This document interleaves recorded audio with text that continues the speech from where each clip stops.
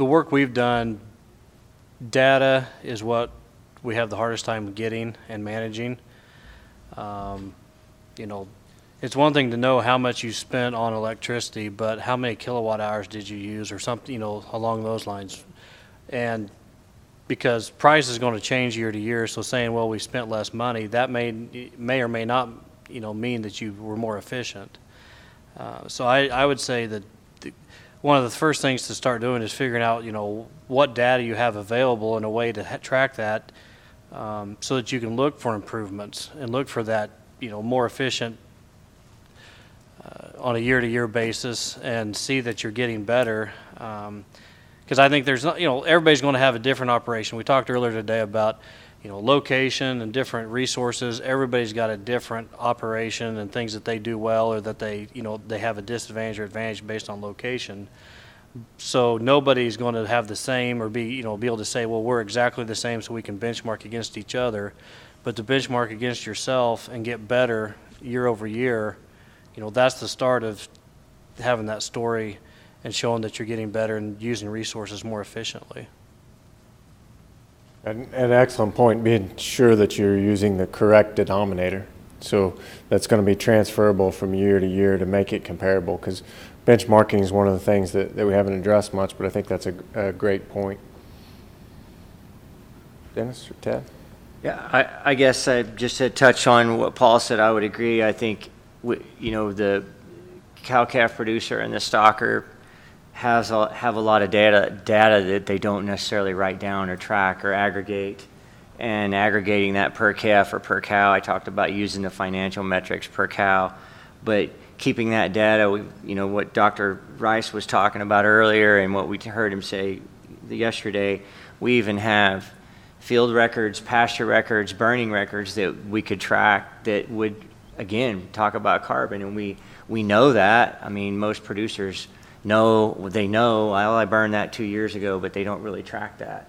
And if we would track those records and you could break that down per calf, you would have some important data that would show, you know, how you could relate that to carbon per animal as an example. And so not only the financial records, treatment records, all that from the cow-calf side, they don't track that normally as, we'll call it officially, as maybe they would in a feedlot, but the data's there and they could easily start doing that. And it wouldn't be that much of a burden. So. And it echoes what we heard this morning in the animal health session, where we talked about not just records, but coming up with information that people make decisions on. So as we talked about the treatment records and making sure that the data that we collect influences our decisions that we make as we go forward. Ted? Completely off the subject. Okay.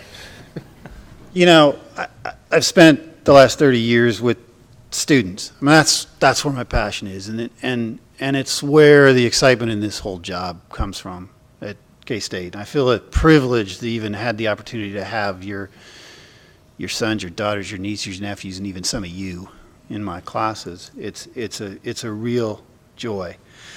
And what I want to tell you is they've changed a lot over time during my tenure in this venue, and I oftentimes hear people grumble about the change and the nature of this generation not having the same ideals or values or whatever that the previous one has. And there's a couple of comments I want to make. One, this generation, food is immensely socially important to them. This generation that's graduating right now, more than I have ever seen. Food is high on a combination of their social and really cultural package. It's fascinating to see, and certainly more so than when I was growing up. Second, and the more important one of it, the new generation, they're the ones that we really have to hand this off to. They're the ones that are going to find the creative solutions.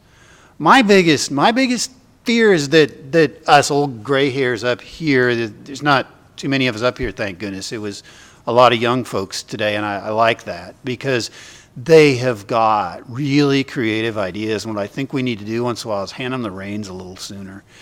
I'm thrilled to see people like Trista here with young leadership coming into our industry to help guide and lead where we go. You know, at the end of the day, that's what my biggest advice is. We can sit back and continue to help support them, and we should, but give them the reins because they've got great ideas. They're very creative. They're going to come up with new things. They know tweet and Facebook and all that stuff. They don't have to learn it. They already got it. I have to learn it. Heck, it takes me 2 weeks if I want to learn another way to communicate. They already know. They're already so connected. My kid, my 13-year-old kid had to show me how to work my cell phone, for crying out loud, and he'd never had one in his life. You know, and he sat down and programmed it for me in 10 minutes. That's the new generation. They are going to take us way faster, way further than we can, than I can. So let's empower them, give them the reins, give them a lot of responsibility, and support them on the way. And they'll take this further than I can, for sure.